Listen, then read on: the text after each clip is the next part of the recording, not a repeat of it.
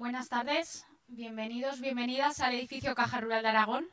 Un edificio que, bueno, muchos de ustedes conocerán, ha sido testigo de eventos muy relevantes. Por aquí han pasado personas muy importantes, personas como Albert Einstein, de la que hoy nos hablará Javier Turrión, un físico que además conoce muy bien acerca de la vida de Albert Einstein y hoy viene aquí para deleitarnos con sus historias, con sus anécdotas. Seguramente les haga referencia a esa visita que Albert Einstein nos hizo en Zaragoza hace 100 años exactamente, y que bueno, tuvimos este edificio, tuvo la suerte, tuvo el honor de tenerlo aquí durante una cena en la que él vino pues con la gente que le acompañaba a cenar a este centro mercantil que en ese momento pues era todo un centro social en la época, aquí en Zaragoza. No me quiero extender, aquí el protagonismo lo tiene Javier y todo lo que viene a contarnos, así que espero que disfruten, que le escuchen con atención, que seguro que tiene muchas cosas curiosas que contarnos, y agradecerles de nuevo su presencia esta tarde y sobre todo a Javier por contar con nosotros, con el edificio Caja Rural de Aragón, para hacer esta presentación. Espero que pase muy buena tarde. Gracias. Muchas gracias, Natalia. Agradezco naturalmente a Caja Rural la cesión generosa de la sala para hablarles a ustedes de Einstein, lo cual tiene un cierto simbolismo poético, porque es darle de nuevo protagonismo a él en un sitio en el que él estuvo.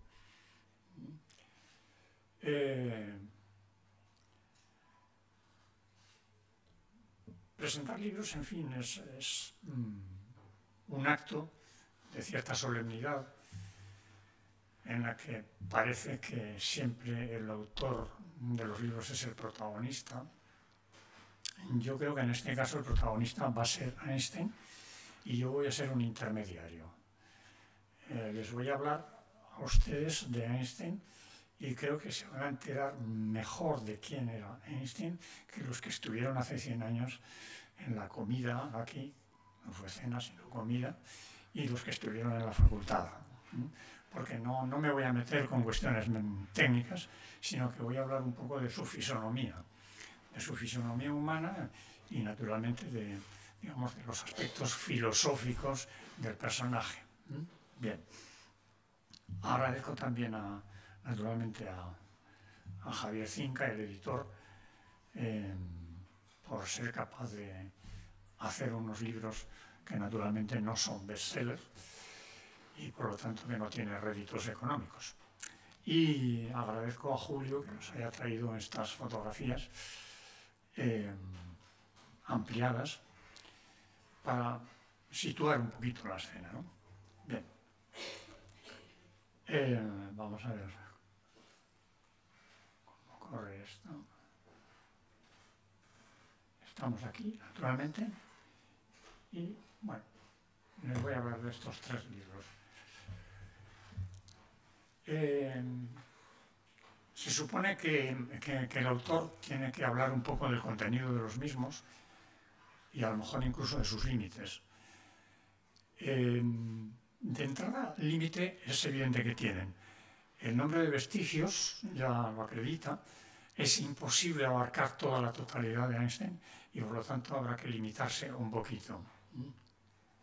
Vestigio es huella, en fin, ese ha sido un poco mi objetivo.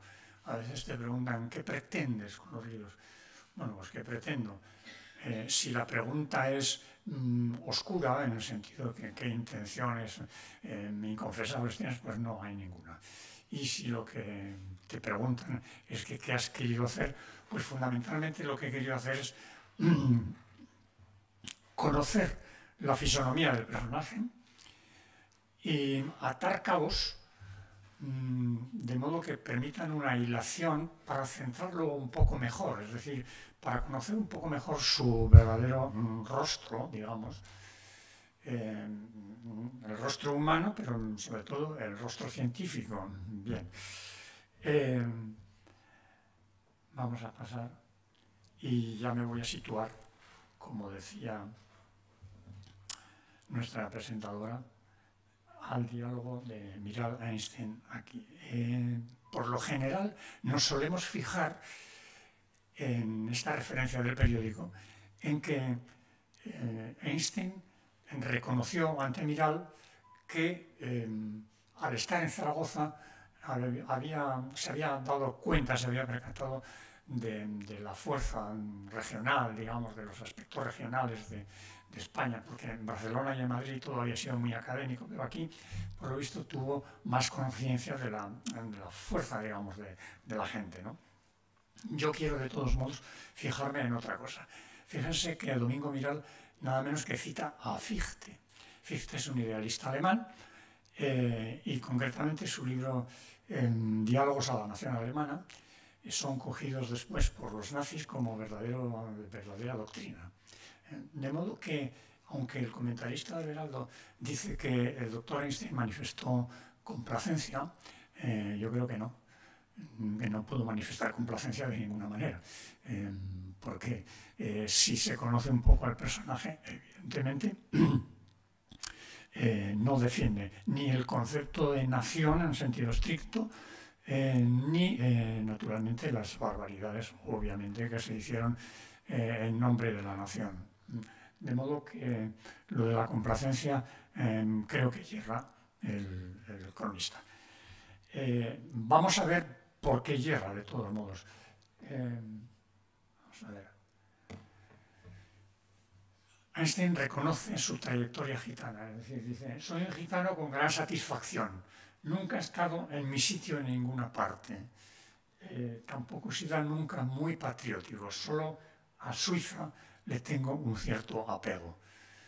De modo que eso ya desmiente bastante la presunta complacencia de Einstein a propósito de su patria. Y como hablamos de patrias, pues entonces vamos a ver qué patrias tuvo. El espacio-tiempo einsteiniano se puede dividir clarísimamente en esas fases. La formación alemana está hasta los 15-16 años, se marcha después a Italia sin terminar el bachillerato, porque sus padres se habían ido a Pavía, en el norte de Italia, porque estaban electrificando las ciudades, es el momento en que se están electrificando las ciudades. Y naturalmente Einstein no se queda solo en Múnich, que es donde vivían entonces, sino que se marcha con sus padres, abandona en definitiva los estudios medios que está haciendo y se va, por lo tanto, sin tener un título de bachiller, digamos.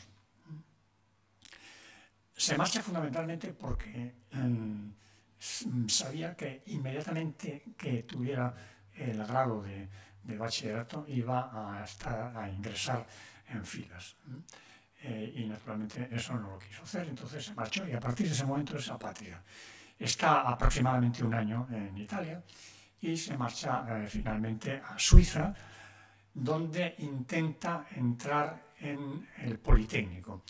Naturalmente el Politécnico lo recibe, le hacen un examen, se dan cuenta que efectivamente están ante un señor tanto singular, pero el rector del Politécnico le dice que no se le puede dar entrada porque tiene 2 años menos de la edad habitual y además no tiene el título de bachiller.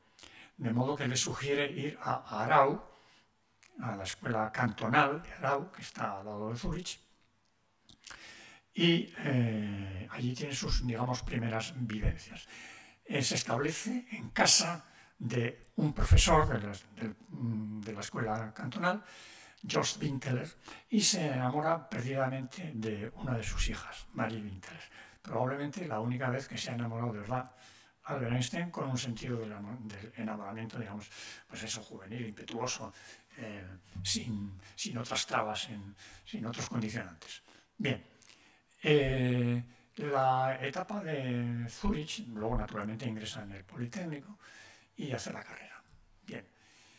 Allí conoce a Mileva Maric, con la que se acabará casando y con la que tendrá 3 hijos. La primera de ellas, Lisa, es una hija ilegítima, no se habían casado, de la cual se pierde la pista, no sabemos qué pasó con ella, y finalmente, bueno, tuvo otros 2 hijos. Esa es la etapa, en realidad, más fructífera de Einstein en el sentido profesional, o de las más fructíferas, porque precisamente va a ser allí donde el año 5, estando trabajando en la oficina de patentes, va a tener su famoso annus mirabilis.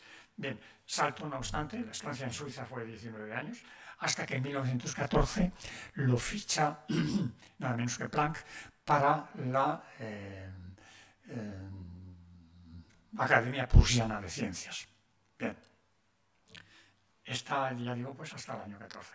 Luego está en Berlín, es decir, vuelve a recuperar la patria alemana, y ahí está hasta el año, finales del año 32, en que se va a América en uno de los viajes que ya estaban tomando en ese momento, vamos, costumbre, es el cuarto viaje que hace, y estando en América, en enero del 33 es cuando sube Einstein al poder, y en ese momento Einstein dice que no vuelve, he dicho Einstein, el que sube al poder es Hitler en Alemania, y entonces Einstein decide no volver a Alemania y se despide de malas maneras, digamos, con la Academia Prusiana de Ciencias, vuelve a Europa, pero no entra a Alemania, y finalmente se acaba marchando al Instituto de Estudios Avanzados de Princeton, donde ya consume el resto de su existencia. Bien, esto es por situar un poco al personaje. Pasamos a la ciencia. Bien. Fíjense, porque es importante empezar a entender a este hombre. Dice, sin la creencia en que es posible captar la realidad con nuestras construcciones teóricas, sin la creencia en la armonía interior de nuestro mundo, no habría ciencia. Bueno, eso tiene más miga de lo que parece, porque fíjense ustedes que en definitiva hay ahí tres atisbos de fe. Está hablando de creencia. De entrada, uno importante, es posible captar la realidad. Es decir, de entrada acepta que la realidad objetiva existe. Esto que puede parecer una perogrullada no lo es tanto, porque naturalmente no todo el mundo acepta la existencia de la realidad. Bien. Segundo, estamos dotados para entenderlo. Dice que podemos captar la realidad con nuestras construcciones teóricas. Él, cuando habla de captar, se está refiriendo siempre a captar con la mente, no captar con las sensaciones. Bien.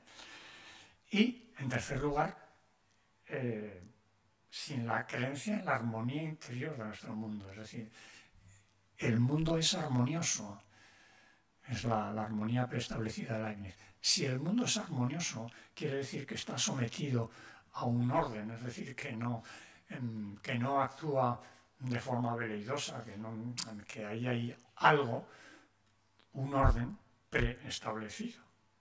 Bien. Vamos a preguntarle a Einstein qué es la física, porque si nos lo preguntan a nosotros tendremos serias dificultades para decirlo. Bien. Definición de física de Einstein. La física es un esfuerzo por pensar, por registrar, por captar conceptualmente todo lo existente, como algo que se presume independiente de lo que se percibe.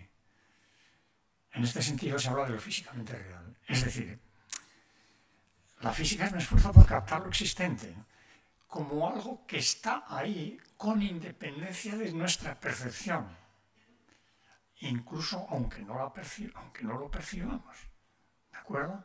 Con independencia de nuestra percepción. En alguna ocasión, por ejemplo, dice, vamos a ver, yo no he visto la cara oculta de la luna, sin embargo sé que existe. En ese sentido se habla de que efectivamente lo real, lo físicamente real, existe y lo podemos captar. Bien. Y que se supone, por supuesto, que es independiente de lo que percibimos. La concepción de la existencia de un mundo real está en la base de la física. Sin esta concepción no podrían señalarse fronteras entre la psicología y la física.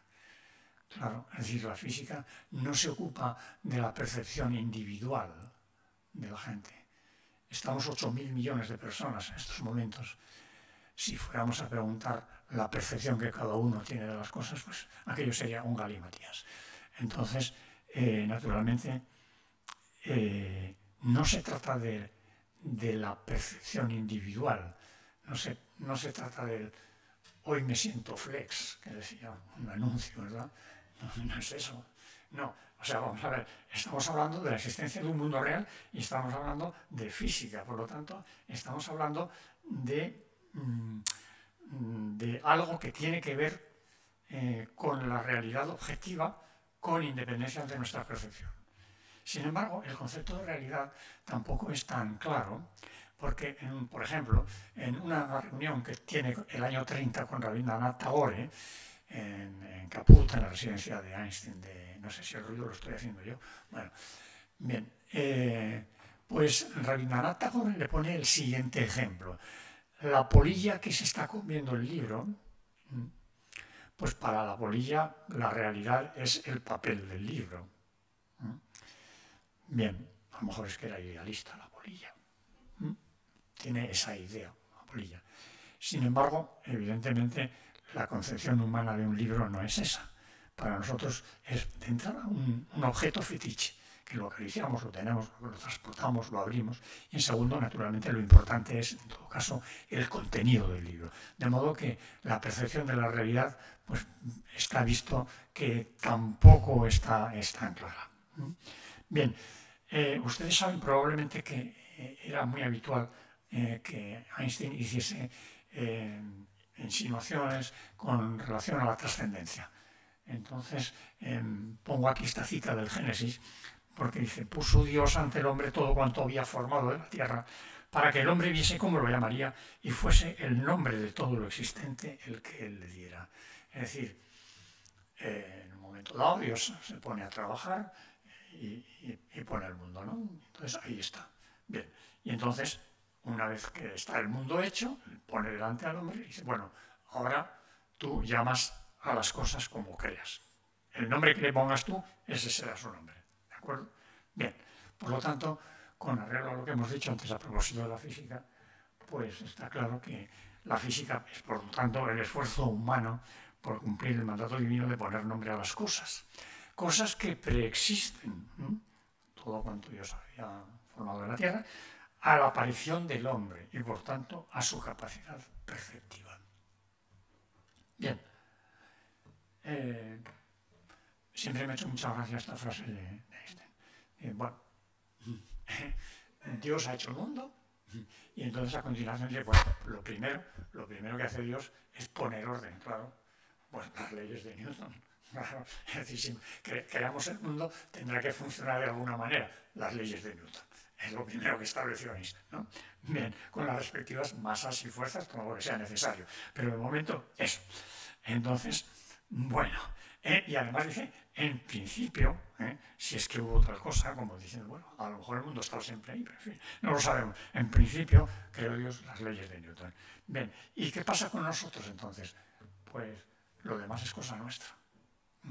Bien, ¿y qué significa que lo demás es cosa nuestra? Porque eso es todo, o sea, ahí nos ha dejado Dios. Estamos dejados de la mano de Dios. Ahora nos las apañamos nosotros. Bien. ¿Y cómo nos las apañamos? Pues naturalmente si tenemos que describir la realidad de una forma fehaciente, de una forma creíble, necesitamos métodos matemáticos. Y ese es el tema. Es decir, hay que recurrir a la matemática. Bien, en definitiva, los fundamentos epistemológicos son la nomenclatura.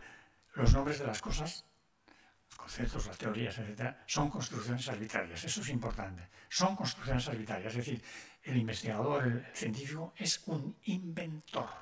Arbitrario no significa que sea cualquier cosa, vamos, que sea una desfachatez. No. Arbitrario significa que aplica su propio arbitrio, es decir, que tiene criterio. Bien. La relación entre los nombres y los hechos observables es de naturaleza intuitiva. Esto es importantísimo para Einstein. Es decir, no hay una secuencia lógica entre las cosas que vemos y los conceptos que nos inventamos. No, o sea, nos lo inventamos porque tenemos una cierta intuición. Bien, la validez del nombre la determina su acomodo a los hechos, claro. Bien, es decir, una teoría es válida si se acomoda a los hechos. Bien, y la jerarquía, en el supuesto de que haya distintas teorías para explicar fenómenos, pues según Einstein, la jerarquía la tiene primero la de la articulación más simple. Es es decir, la que exija menos hipótesis de partida. Y segundo, la que permita extrapolaciones más amplias. Estas son dos características muy einsteinianas. Lo que permita extender, es decir, vamos a suponer que llegamos a un determinado punto, bueno, si esto nos permite sacar conclusiones más amplias, extender todo eso, entonces esto es importantísimo. Bien, y por lo tanto, ahora estamos también en una cuestión de método. El método einsteiniano, que la gente no conoce, no sé por qué, pero esto sí que lo podría conocer todo el mundo, sin necesidad de meterse en Honduras. Einstein dice lo siguiente, vamos a ver, aquellos hechos en los que estemos todos de acuerdo, esos hechos que son indiscutibles para todos, entonces constituyen nuestra axiomática, o sea, los elevamos a la categoría de axiomas. A partir de ahí razonamos con esos axiomas. Y con esos axiomas razonando, por deducción lógica, llegamos a unas determinadas conclusiones. Si al hacer los razonamientos no ha habido fallos lógicos, y para eso somos muy hábiles, para detectar fallos lógicos, en un teorema enseguida hay quien dice, eso es falso. Bien, si no hay fallos lógicos, las conclusiones a las que hemos llegado, por un ejercicio puramente intelectual, son verdad. Es decir, que aquellas conclusiones a las que llegamos simplemente pensando a partir de hechos constatados, son verdad. Nos resulten chocantes o no. Es decir, ¿qué hace Einstein? Darle prioridad al pensamiento humano. El pensamiento humano tiene la fuerza heurística de desentrañar verdaderamente los misterios de la naturaleza. Es decir, no hace falta tanto recurso a la experimentación. No hace falta tanto. Quedémonos con lo que ya tenemos y vamos a repensar otra vez. Eso es exactamente lo que hace Einstein. Bien, es decir, en definitiva, la propuesta metodológica es esta. Los hechos constatados se constituyen en axiomática si no hay hechos o experimentos realizables. Se recurre a experimentos imaginarios. Los experimentos imaginarios son cosas que muy típicas einsteinianas, que se hace también mucho en ciencia esto. Si no podemos realizar algo, ahora tenemos una fe exagerada en que, bueno, a lo mejor no podemos realizarlo ahora, pero a lo mejor en el futuro sí. Bueno, hay muchas cosas que en el futuro no podemos hacer tampoco, por más que avance la tecnología. Pero vamos, por poner un ejemplo chusco, podríamos estar aquí ahora y decir, vamos a ver, cenamos a las 9, nos vamos a Júpiter, tomamos unas copas allí y venimos a cenar. Bien, eso no lo podemos hacer, pero lo podemos pensar. Podemos pensarlo, entonces bueno, habría que vencer primero la fuerza gravitatoria terrestre, a qué distancia está Júpiter, no sé cuántos millones, pues entonces habría que ir a tal velocidad para poder estar aquí a las 9, en fin, y por lo tanto ver a ver exactamente qué condiciones se podrían dar. Eso se puede hacer, eso es un experimento imaginario. Bien, por deducción lógica se derivan consecuencias, y si no hay fallos lógicos, pues las consecuencias tienen validez, es decir, hay una jerarquía de la mente humana sobre el empirismo convencional. Esa es la filosofía einsteiniana más verdadera, más auténtica. Eso no quiere decir que él no crea en la experimentación. Sí que cree, él mismo también experimentó, porque además podría darse el caso de que aunque nuestros razonamientos hayan sido perfectamente lógicos y no haya fallos, a lo mejor alguna de las consecuencias de lo que hemos pensado, andando el tiempo, hay algo que lo desmiente. Por lo tanto, entonces habrá que echar abajo la teoría. ¿De acuerdo? Bien, sigamos. Los artículos de 1905 son los que verdaderamente dan la campanada en la física y son estos 3,5. Al cuarto le llamo medio por lo siguiente. El primer artículo es el del efecto fotoeléctrico, por el cual recibirá el premio Nobel en 1921, aunque lo recibe en 1922, justo cuando estaba a punto de venir aquí a España. Bien. Un punto de vista heurístico sobre la génesis y transformación de la luz. El segundo es el del movimiento browniano, el tercero es propiamente la relatividad restringida y el cuarto es una especie de consecuencia del tercero.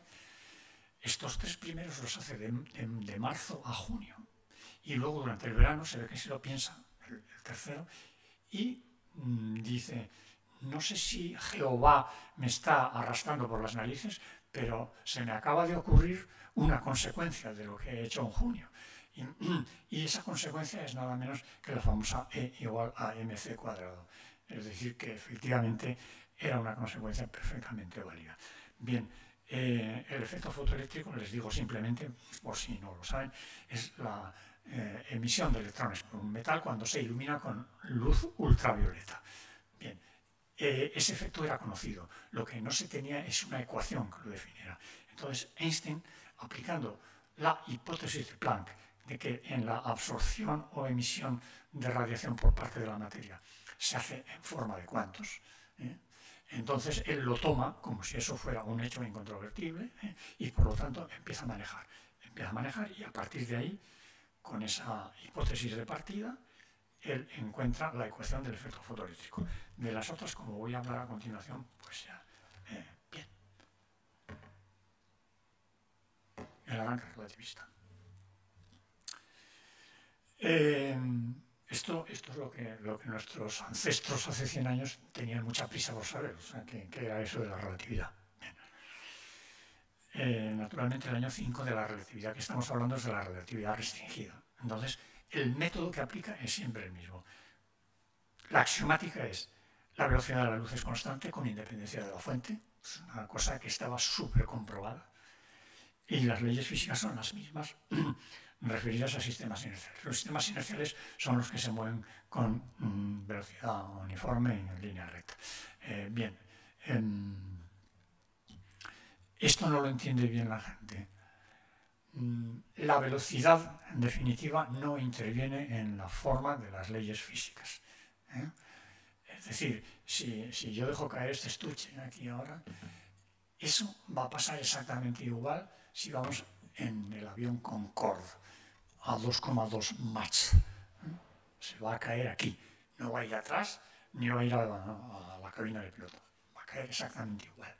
Por si acaso alguien tiene alguna duda metafísica, hay que recordar que nosotros, los terrícolas, estamos montados en un aparato que se llama Tierra y que se está moviendo alrededor del Sol a una velocidad de 30 kilómetros por segundo, infinitamente más elevada que la velocidad de cualquier avión. ¿De acuerdo? Sin embargo, nosotros tenemos la sensación de que estamos en reposo, ¿verdad? No hay ningún problema. Bien. Bueno, fíjense, esos dos principios los conocían todos los físicos de la existencia. El segundo principio es lo que se suele llamar principio de relatividad de Galileo. Lo conocía todo el mundo. Entonces, ¿cuál es la singularidad de Einstein? Pues Einstein dice, vamos a ver, ¿cómo puede ser que esos dos principios los aceptemos por separado y resulte que juntos son inviables? No hay manera de juntarlo. Eso no puede ser. Entonces, el mundo estaría mal hecho. Eso no puede ser. Ese es el cariz más propiamente einsteiniano. Entonces, si no puede ser, vamos a ver por qué no puede ser. Vamos a investigar eso. Vamos a trabajar esto. Bien, entonces el tío se pone a trabajar con un lápiz y un papel, insisto que no hacen ningún tipo de experiencia. Bien. Consecuencias que saca. El tiempo es relativo. Esto es uno de los batacazos más grandes que se puede dar a las inercias de pensamiento, podríamos decir. Es decir, que la distancia temporal entre dos sucesos depende de quién la mida. Cuidado, depende del sistema del que se mide. Ustedes y yo, que estamos en el mismo sistema de referencia, mediríamos lo mismo. Pero estoy hablando desde dos sistemas de referencia distintos. Es decir, dos observadores y dos en sistemas de referencia distintos darían un valor del tiempo diferente. Eso es lo que significa que el tiempo es relativo. La distancia, lo mismo. Es decir, la distancia entre dos puntos también es relativa. No todos darán la misma distancia. La simultaneidad es también relativa. Es decir, fenómenos que para determinados observadores pueden ser simultáneos, para otros pueden no serlo. ¿De acuerdo? Bien. Por fin, E igual a mc cuadrado, es decir, la masa deja de ser una magnitud suelta, estaba por ahí, y tiene una relación fenomenal y simplísima con nada menos que con la energía. Y hay un coeficiente de proporcionalidad, un número, que es un número elevado, que es la velocidad de la luz, pero es un número. 300.000 kilómetros por segundo, ¿de acuerdo? Bien. Y otra consecuencia, la velocidad de la luz es insuperable. Es decir, este señor, pensando simplemente sobre algo que todo el mundo conocía, llega a esta cosa. Esa es una campanada descomunal. A partir de ese momento yo creo que el mundo anda de medio lado. Es decir, eso transformó completamente. Bien. Sigamos. La idea más feliz se le ocurre, según él, en 1907. Naturalmente es un ser que está pensando continuamente. ¿Y cuál es la idea más feliz? Pues fíjense, una cosa muy sencilla. Imagínense que estoy yo aquí y que estoy cayendo en el campo gravitatorio. Estoy cayendo. Y ustedes me están viendo desde fuera. Van a decir, vaya chufa te vas a pegar. Sin embargo, es que hay una propiedad muy curiosa en la naturaleza.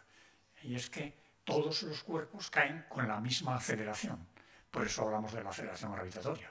Todos caen con la misma aceleración. Por lo tanto, yo, si estoy cayendo, veo que mis cosas están quietecitas conmigo, todo lo que tengo a mi alrededor, todo. Por lo tanto, yo tengo perfectamente derecho a decir que estoy en reposo. Sin embargo, los que están viéndome desde fuera dicen, no, tú estás cayendo en un campo gravitatorio. Entonces, ¿cuál es el significado físico de eso? Pues en definitiva, que también los sistemas acelerados pueden servir para describir las leyes físicas, no solo los sistemas inerciales. Bien, naturalmente a partir de ahí vamos a extender el principio de relatividad. En cuanto metemos la gravedad, la situación se complica un poco. Pero quiero que se fijen también en una cosa tremenda. Nada menos que Sommerfeld, uno de los grandes de la física, le dice a Lorentz, el padre de la física en ese momento, por geniales que sean los trabajos de Einstein, me parece que en esa dogmática inconstruible y sin perspectiva hay algo casi insano. Un inglés difícilmente hubiera producido esta teoría. Quizá en ella se expresa la manera abstracto-conceptual de los semitas. O sea, está acusando a que los judíos piensan de otra manera. Son unos tíos raros. Bien, ojalá logre usted llenar de verdadera física ese genial esqueleto conceptual. Es decir, para Sommerfeld, lo que ha hecho Einstein no debe ser física. Porque la física debe ser, pues, lo de Masterchef. O sea, le echamos un poco de pimienta a la cosa, damos una vuelta por aquí, pues a ver lo que sale. Por lo visto, no se puede pensar, simplemente pensar. Bien. Recientemente, y tú me lo recordaste, Miguel, se ha hablado de Julio Palacios, por razones espurias. En fin, Julio Palacios fue un gran físico español, de Paniza, por cierto, bien, y fue un antirrelativista. Y Einstein, Julio Palacios viene a decir un poco lo mismo, pero eso lo dice ya cuando ya se ha muerto Einstein, de todos modos, Cuidado. Bien. Y dice, claro, es que Einstein, en cuanto aparecía un fenómeno nuevo, lo tomaba como base y a partir de ahí empieza a hacer lucubraciones y llega a conclusiones. Pero claro, como diciendo, es que eso no es física. Ah, bueno, entonces no estamos de acuerdo en qué es la física. Bien. ¿De acuerdo? Bien. Pues nada, sigamos. Vamos ya con la relatividad general. La relatividad general, como saben ustedes, se gesta a lo largo de años, pero se acaba de cerrar en 4 jueves consecutivos de sesión plenaria, la sesión plenaria de la Academia Prusiana de Ciencias. En la última de las cuales es cuando finalmente establece esa ecuación que yo he simplificado mucho porque G y T son alijos de tensores. Los tensores son unas construcciones matemáticas considerables. Bien, y K es entonces la constante de Einstein de la gravitación, no la constante de Newton. Bien, entonces la teoría de la relatividad general es una teoría gravitatoria. Bien, vamos a pasar un poco. ¿Cuál es el hecho empírico? Que todos los cuerpos caen con la misma aceleración, o bien que, en fin, la masa inercial y la masa gravitatoria son iguales. ¿Qué consecuencias saca? Pues esas de ahí. Los rayos luminosos deben desviarse al pasar por campos intensos gravitatorios. Fíjense que todo esto hay que imaginárselo, ¿no? Estamos hablando de la intuición. La luz se desvía. No es lo que tenemos nosotros como intuitivo, que la luz vaya bien, se desvía. Da cuenta numérica de algo que venían fastidiando a los astrónomos hacía bastante tiempo, el movimiento de precesión del perihelio. Es decir, la órbita del planeta Mercurio es, como saben ustedes, elíptica. Bueno, pues no estaba quieto. El perihelio es la distancia menor que hay desde el astro al Sol. no estaba quieto el perihelo y por lo tanto la órbita no estaba quieta. Si mi mano es la órbita está haciendo permanentemente esto, vamos, permanentemente, está girando. No es que solo el planeta gire en la órbita, sino que la propia órbita gira. Bien, pues entonces Einstein, con su teoría de la relatividad, calcula exactamente el corrimiento del perihelio, que se llama. Y luego se prevé también una cosa muy importante, lo que se llama en física el corrimiento al rojo de las frecuencias que percibimos. Es algo así como un efecto Doppler gravitatorio. Por si no lo saben, el efecto Doppler normalmente se refiere al sonido, pero ustedes están acostumbrados a oír pasar la sirena de una ambulancia. Entonces, cuando viene la ambulancia, y cuando pasa, es decir, hay un cambio en la frecuencia que percibimos. Bien, no es que el conductor vaya haciendo bromas, sino ese es un fenómeno físico. Es decir, no percibimos la frecuencia emitida, sino otra, cuando el foco sonoro se está moviendo en relación a nosotros. Bien, pues con la gravedad pasa algo parecido. La gravedad influye, de modo que la luz que percibimos no es exactamente la luz que se ha producido, sino que está más desplazada hacia el rojo. Es decir, tiene una longitud de onda mayor. Bien, para que vean ustedes... bueno, el titular este sí es un titular muy de prensa. El año 21, estando en el primer viaje a Nueva York, un periodista del Boston Globe le dice: oiga, señor Einstein, ¿podría usted en una frase sencilla decirnos en qué consiste la relatividad para que lo podamos entender? Entonces, sin pestañear, dice: el tiempo, el espacio y la gravitación no tienen existencia separada o independiente de la materia.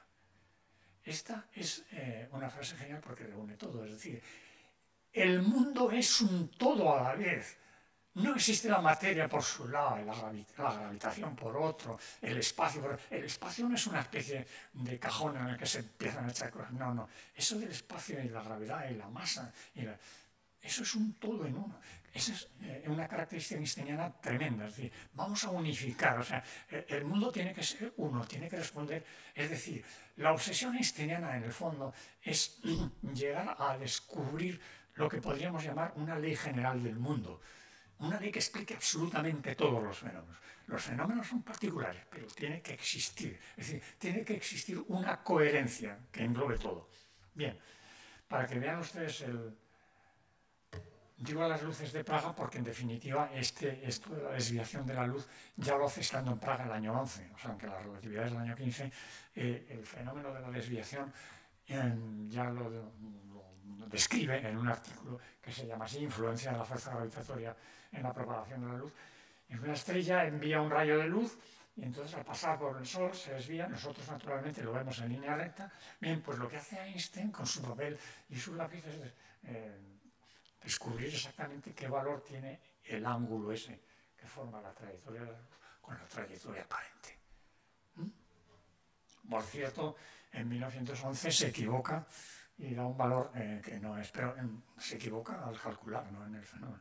Bien, afortunadamente en ese año no se hicieron ninguna comprobación y más tarde se intenta hacer el año 14, pero estalla la Primera Guerra y no pasa, no se observa. Sin embargo, el año 19 es un año decisivo porque los ingleses deciden hacer una excursión aprovechando el eclipse de sol que va a haber en mayo de ese año.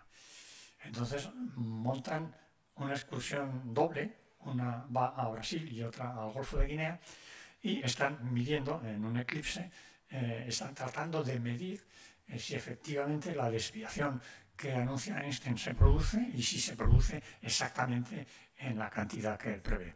Bien, efectivamente en noviembre se da cuenta de ello, y el 7 de noviembre concretamente a la prensa, The Times, y efectivamente a partir de ese momento es cuando se produce la eclosión verdaderamente significativa del mito Einstein. Es decir, que el empirismo latente haya acabado por constatar que efectivamente este señor tenía razón hace muchos años ya, Y nosotros pues decíamos, si no lo veo no lo creo, pues bueno, pues evidentemente es para catalogarlo como un ser excepcional. Bien, fíjense también en una de sus alumnas, digamos una física famosa, Ilse Rosenthal, le dice, oiga, ¿y qué hubiera pasado si el experimento no resulta? O sea, si las medidas no... Pues lo hubiera sentido por Dios, porque la teoría es correcta. Es decir, no es que sea chuleta, es que cree en la razón humana. Dice, no, la teoría es correcta. Y eso ya lo sabía yo ya antes. Ustedes han querido experimentar, vale, pues ya lo tienen, pero yo ya lo sabía. Bien, entonces, mucho más tarde, incluso le dice a Born, en el año 52, le faltan 3 años para morirse, a Born, le dice, es extraño los sordos que son los seres humanos con los argumentos más fuertes. Y sin embargo, qué obsesionados están con la toma de medidas. Es decir, que a sus 72 o 73 años sigue en las mismas. Es decir, lo importante son los argumentos, no tanto las medidas. Bien. Bien, les voy a hablar un poco del libro de Einstein en Zaragoza, porque a partir de hacerse famoso Einstein, naturalmente todo el mundo quiere que venga, y entre ellos, naturalmente, España. Esa es la cronología de las cartas que se le escribieron durante el año 20 para que viniera.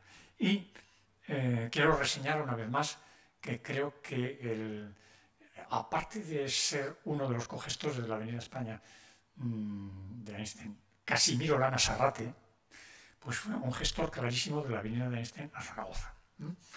Bien,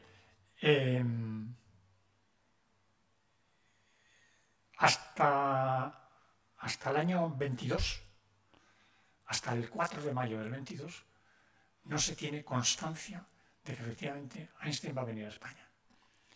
Bien, y se tiene constancia no porque tengamos ningún documento que acredite que ha dicho Einstein que sí, sino porque Casimiro Lana, que quiere ir a ver a Einstein, y ya veremos por qué quiere ir a verlo, a Berlín, le escribe, pero como no se acuerda de su dirección, le escribe a Lina Einstein o Lina Kocherthaler, que son sus parientes en Madrid, que serán los que le recibirán cuando venga a Madrid. Y entonces le dice, es que quiero escribir un libro para divulgar la teoría de la relatividad para que cuando usted venga, cuando usted nos visite al año que viene, es decir, que ya va por hecho una visita, pues entonces la gente esté ya un poco enterada de lo que ha pasado. Bien.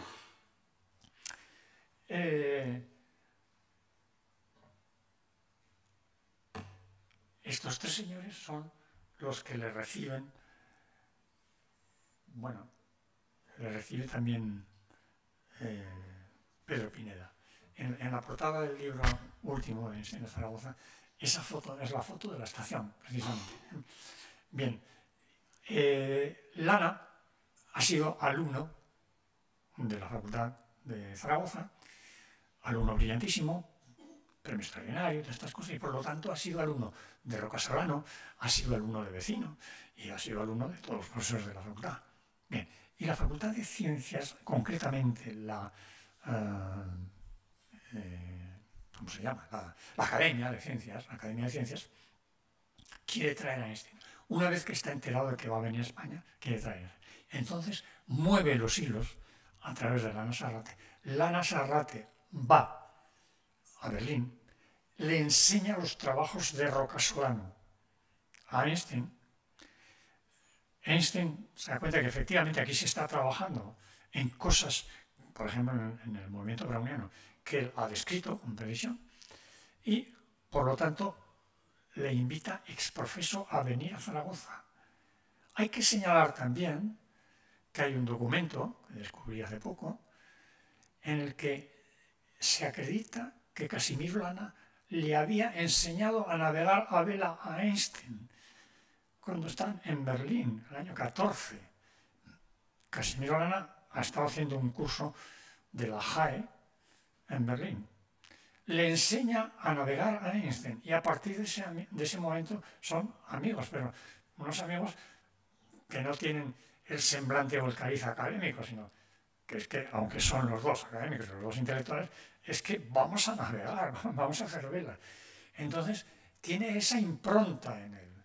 Y esa es la verdadera razón por la que Einstein viene a Zaragoza. No vino de casualidad, como se especula con frecuencia. Es que se enteran en la Academia de Ciencias de que pasa por aquí el día 1 de marzo y salen allí corriendo a decirle, oiga, venga usted, hombre, ya que está por aquí cerca. Si ustedes se imaginan que a los Rolling Stones que están en Barcelona les decimos, oye, ¿por qué nos venís a Cariñena? Que tengo ahí un tinglao. Así no se hacen las cosas. Bien, y entonces, en definitiva, estos tres señores ahí están bastante jóvenes, como debían ser aproximadamente Casimiro Lana, el del medio, y Antonio Rius, que es un señor que se incorporó el año 22 y era también electroquímico, muy experto y además colaborador de Roca Solana. Bien, por lo demás, en el libro Einstein en Zaragoza pues, hay más pormenores y ¿qué les voy a decir? Con relación a todo lo anterior, en los otros dos libros, pues naturalmente hay muchísimos datos en los que ustedes pueden entretenerse si les apetece. Bien, voy a hacer un pequeño excursus con relación al presunto rechazo de Einstein de la física cuántica. Bien, le dice a Born en el año 24, la idea de que un electrón expuesto a radiación elija por propia iniciativa el momento y la dirección que quiere saltar me resulta insoportable. Si fuera así, preferiría ser zapatero o empleado en un antro. Es decir, preferiría ser un croupier que echas ahí la boleta y no sabes qué número va a salir. Porque si eso es con el funcionamiento de la naturaleza, yo eso no juego, eso no puede ser. Bien, y eso es lo que parece que es lo que están diciendo los cuánticos. No, que es que no se puede tener una concepción de la realidad muy fehaciente. Es más o menos estadístico, aproximadamente, pero esto no puede ser. Es decir, Einstein lo que dice, es una frase suya, dice, eso es debido a nuestras insuficiencias descriptivas. Es decir, es que no hemos dado todavía. No hemos dado todavía con eso, pero no porque la naturaleza no tenga que ser claramente de una determinada manera. Bien, otra carta a Born. La mecánica cuántica es ciertamente imponente, pero una voz interior me dice que no es el verdadero Jacob. La teoría aporta muchas cosas, pero apenas nos acerca al secreto del viejo. En todo caso, estoy convencido de que él no juega a los dados. Bien, esta es una frase súper famosa que todo el mundo invoca. El viejo, o también le llama en otros momentos, el eterno inventor de enigmas. Bien.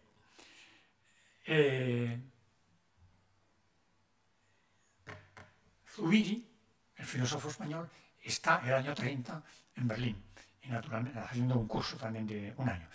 Y se entrevista con Einstein. Y es muy gracioso. Le dice Einstein a Zubiri, hay entre los físicos quienes creen que solo es ciencia pesar y medir en un laboratorio. Y estiman que todo lo demás, relatividad, unificación de campos, etc., es labor extracientífica. Son lo realpolitica de la ciencia. Pero con solo números no hay ciencia. Les precisa una cierta religiosidad. Sin una especie de entusiasmo religioso por los conceptos científicos, no hay ciencia. Otros se abandonan a la estadística. Un fenómeno eléctrico tiene asociado un valor de probabilidad. Bien, pero una probabilidad de que se presente algo sometido a la ley de Coulomb. Y esta ley, a su vez, una probabilidad, si no lo entiendo, es concebible que Dios haya podido crear un mundo distinto. Pero pensar que en cada instante está Dios jugando a los dados con todos los electrones del universo, eso, francamente, es demasiado ateísmo. Bien.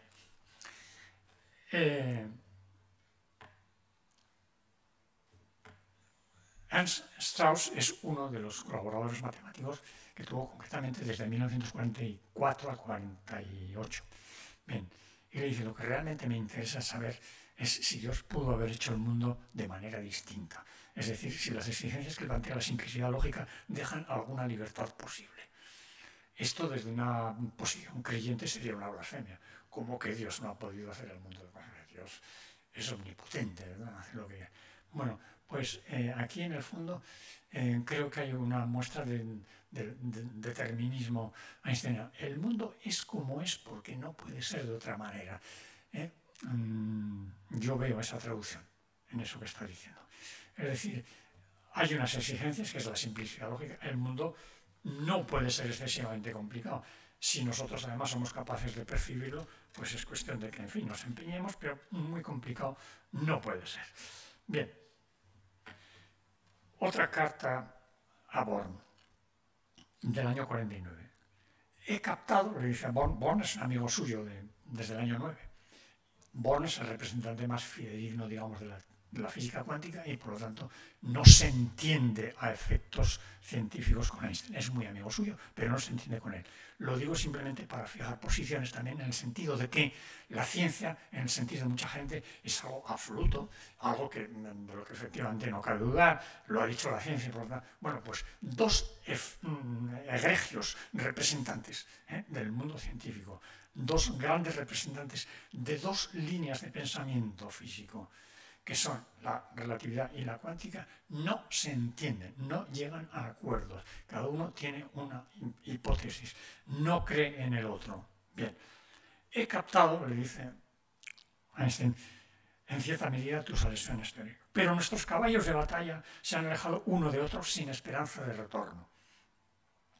Dado que el tuyo, el cuántico, goza, y se entiende, de una popularidad mucho más vasta debido a sus considerables éxitos prácticos, mientras que el mío tiene un aire quijotesco y yo mismo no le concedo crédito incondicional. Al menos no hay, en mi concepción, en el mismo sentido, un juego de la gallina ciega con la noción de realidad. Algo contra lo que se me subleva el espíritu, digamos. O sea, no, yo eso no lo veo. Que no sepamos lo que va a pasar, o sea, eso no puede ser. Bien.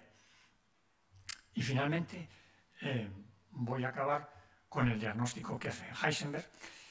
En 1969, bastantes años ya después de morirse Einstein, bien, dice, Einstein no quiso aceptar la mecánica cuántica como representación definitiva y en particular como representación completa de los fenómenos. Es decir, una de las obsesiones einsteinianas es la completitud. Y para Einstein la teoría cuántica no puede aspirar a ser completa, no puede aspirar a describir completamente la realidad. Tiene éxitos porque es estadístico. El mismo Born en un momento dado también dice, no, si no hace falta meter a Dios con que si juega a los dados o no, nosotros mismos jugamos a los dados continuamente y bueno, estamos bastante satisfechos con eso. Es decir, de alguna manera en el fondo le da la razón. Si es que tú te pones excesivamente circunspecto, bueno, con nosotros con que vayan cuadrando más o menos las cosas tenemos suficiente. Es lo que vienen a decir los cuánticos. Bien, formaba, dice Heisenberg, parte de su posición filosófica básica la convicción de que era posible una separación completa del mundo en un dominio objetivo y en uno subjetivo, y la hipótesis de que sobre el dominio objetivo se podía hablar de forma inequívoca. Eso, efectivamente, es lo que sostiene Einstein. Pero, dice Heisenberg, en el avance de la ciencia puede suceder que un nuevo dominio experimental solo sea completamente comprensible si se hace el enorme esfuerzo de ensanchar este marco y de cambiar la propia estructura de pensamiento. Por lo que parece, en el caso de la teoría cuántica, Einstein ya no estaba dispuesto o no estuvo ya en condiciones de dar ese paso. Es decir, le está acusando de ser un abuelo. El propio Einstein lo sabía. Y dice, no, si ya sé que los jóvenes y vosotros los cuánticos en particular decís que estoy esclerótico. Si ya lo sé, lo decís. A lo mejor tenéis razón, pero estoy convencido de que las generaciones posteriores acabarán dándome la razón a mí. Pero mientras tanto, pues, seguid con lo vuestro. Bien, en definitiva, yo, a título personal, estoy bastante convencido de que la física, que es uno de los grandes logros del entendimiento humano, aunque ahora está dividida en relatividad y cuántica, y los relativistas son muy relativistas y los cuánticos muy cuánticos, y no se pueden ver, pues aunque pase eso, yo creo que estamos en una situación parecida a la que decía Einstein cuando da origen al desarrollo de la relatividad restringida. ¿Cómo puede ser que dos principios que nos parece que son majos los dos, resulte que por separado sí que los aceptemos y juntos no los aceptamos? Pues de alguna manera extrapolo eso. Y digo, es muy probable que acabe pasando también que nuestras insuficiencias descriptivas acaben encontrando una vía por la cual aceptemos que tanto la cuántica como la relatividad son perfectamente sostenibles, ambas simultáneamente. ¿De acuerdo? Y estamos en esas. Probablemente los cuánticos, que tienen mucha fe en la cuántica, pues seguramente dirán que no. Y los relativistas, pues probablemente son un poco más esperanzados. En cualquier caso, no lo sé, pero es algo que aventuro. Y con esto les dejo sin más con sus meditaciones. Nada más, muchas gracias por venir.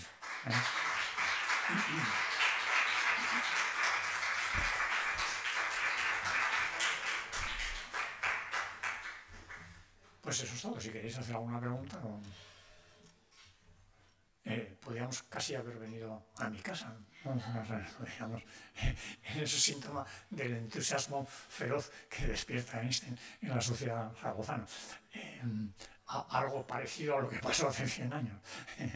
Bien, naturalmente yo no soy Einstein, pero quiero decir que sí, hablar de Einstein. Y nuestros abuelos no se enteraron de lo que dijo Einstein. Sí.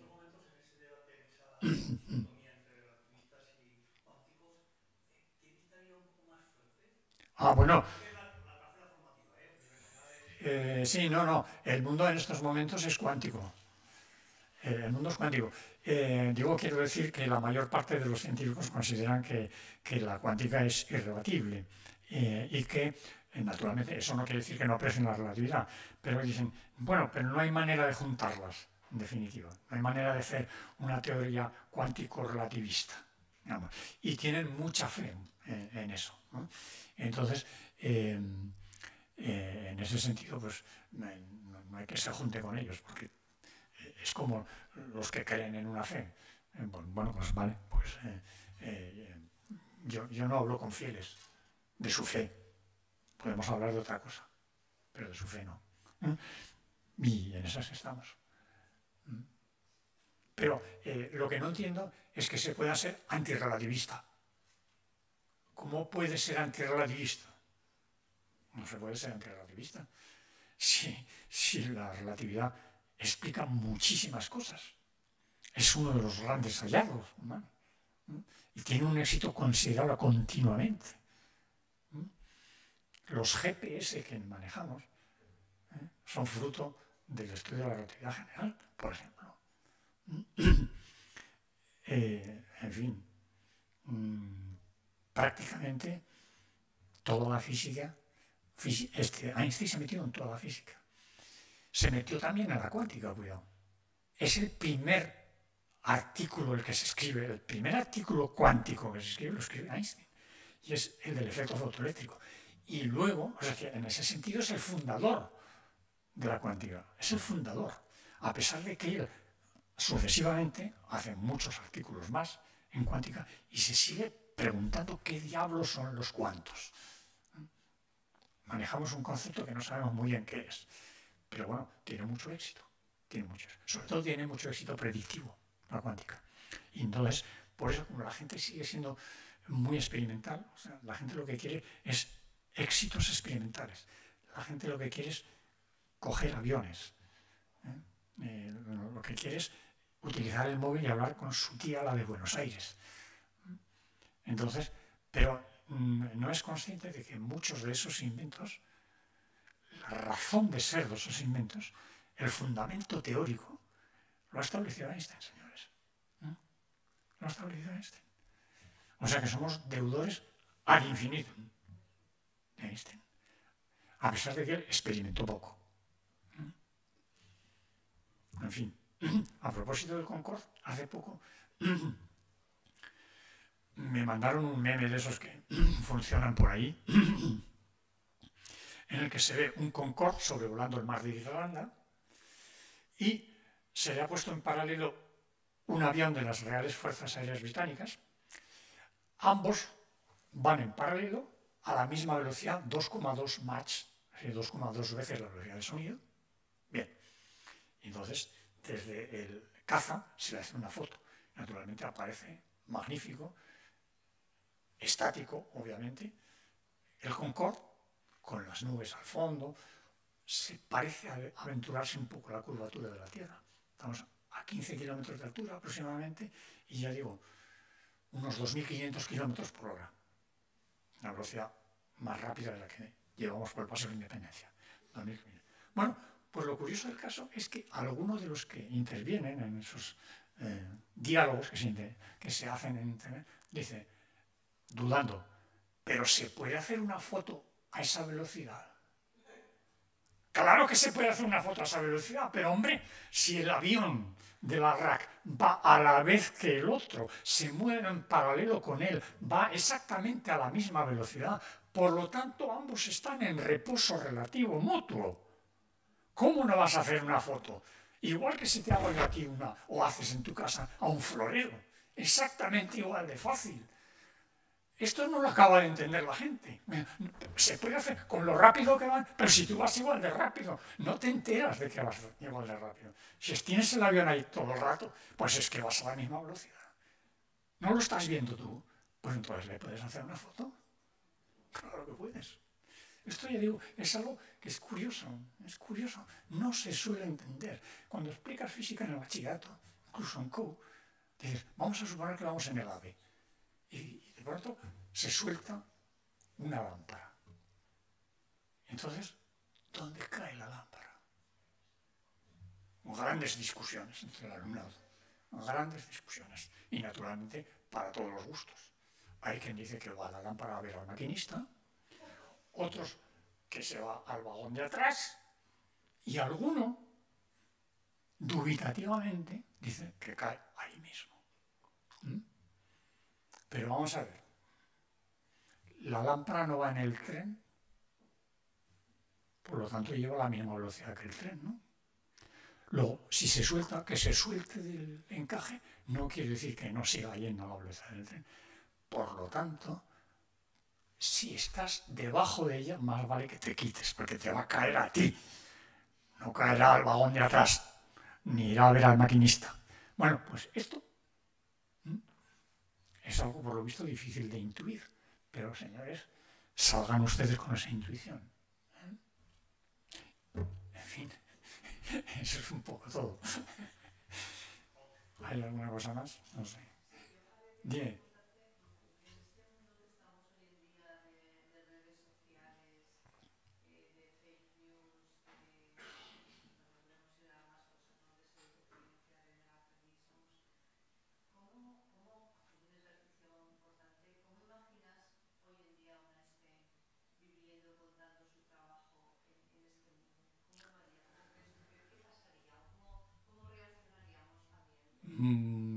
Vamos a ver, pues seguramente en estos momentos con más frialdad que la que hubo cuando él vino, por ejemplo, a Zaragoza, porque en ese momento la gente estaba ansiosa de cambios, estaba ansiosa de experiencias contundentes, estaba ansiosa de experimentos llamativos, y ahora estamos un poco, cada día pues aparecen 10 o 12 o 15 o 25 experiencias llamativas, y estamos ya un poco desentrenados en el espanto. Entonces, en cuanto a las valoraciones personales, pues claro, depende de la sensibilidad del sujeto y de su propia educación. Cuando digo educación, no me refiero a lo que se dice que mala educación tienes, sino a en qué te has formado. Entonces, yo creo que la gente que se ha formado en ciencias físicas de una forma seria, pues yo creo que si viniese una persona como Einstein que subyugase por lo que dice, pues naturalmente también provocaría subyugamiento en la gente. Ahora, cuando Einstein viene a Zaragoza, por decir algo, naturalmente hay dos tipos de reacción. Una son los propios científicos, En el caso de la Academia de Ciencias, no necesariamente todo el mundo era propiamente relativista o muy convencido, pero hombre, era un plus tener a Einstein en casa. Era un mito, es traerlo, ¿no? Traerlo. Ahora en Barcelona me imagino que se están alegrando de haber traído a Bruce Springsteen. ¿eh? Bueno, pues esto sigue existiendo. ¿eh? ¿Pasaría lo mismo con un científico? No estoy muy seguro. Pero si ese científico verdaderamente viene arropado por fin, un criterio de que verdaderamente es un tipo singular y que ha revolucionado el pensamiento físico, pues probablemente también se le recibiría dentro de un cierto orden, ya digo, con entusiasmo. Pero por lo demás sí es verdad que estamos un poco curados de espanto y también es verdad lo de las fake que dices tú, pues todos los días están apareciendo en noticias a las que ya no sabe uno si concederles crédito o no, pero bueno, ese es otro mundo que estamos construyendo y ahora pues ya no quiero ni aventurar qué va a pasar con el famoso tema de la inteligencia artificial, porque la inteligencia artificial parece que va a ser la nueva revolución, nos van a poder incluso descubrir el pensamiento sin hacer nada, según dicen, vamos, no lo sé, con lo cual, si ya nos quejamos en estos momentos de haber perdido intimidad, pues imagínense ustedes si yo dispongo de una máquina y al azar a uno de ustedes, pues hago que la máquina me diga lo que está pensando. O sea, eso es tremendo. O sea, si eso llegase a suceder, que no lo sé, si sucederá, pues eso es tremendo. Si algo tenemos de propio es nuestra intimidad, entonces tenemos perfecto derecho, creemos, por lo menos por ahora, a mantener nuestra intimidad y a no decir nada que no queramos decir, o a decírselo solo a quien nosotros queramos. Y esperar entonces que el otro, al que le hemos confiado algo, nos guarde el secreto. Aunque también es verdad que dice Cioran que si cometes el error de contarle algún secreto a alguien, que lo tienes que matar automáticamente. Si quieres garantizarte que no lo va a contar, lo tienes que matar. Porque si no, seguramente lo cantará.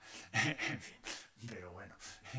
O sea que no sé si he respondido a tu pregunta, pero yo en el fondo iba a decir estoy un poco alarmado, solo hasta cierto punto estoy alarmado porque primero yo creo que aunque tenemos la capacidad de autodestruirnos, hasta ahora no ha sucedido y como especie total, siempre quedan restos.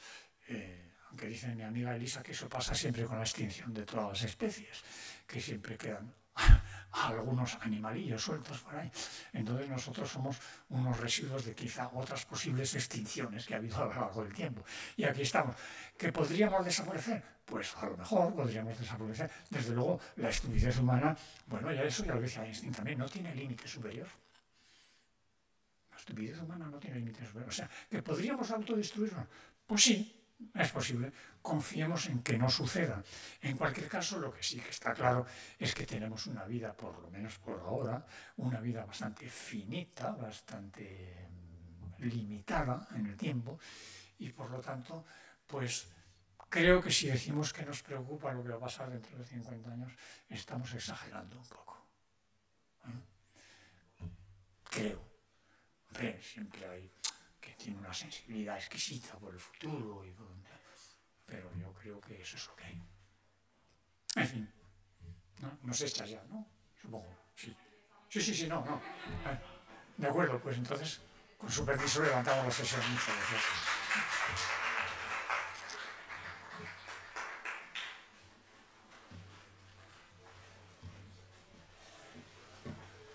No me había dado cuenta qué hora era.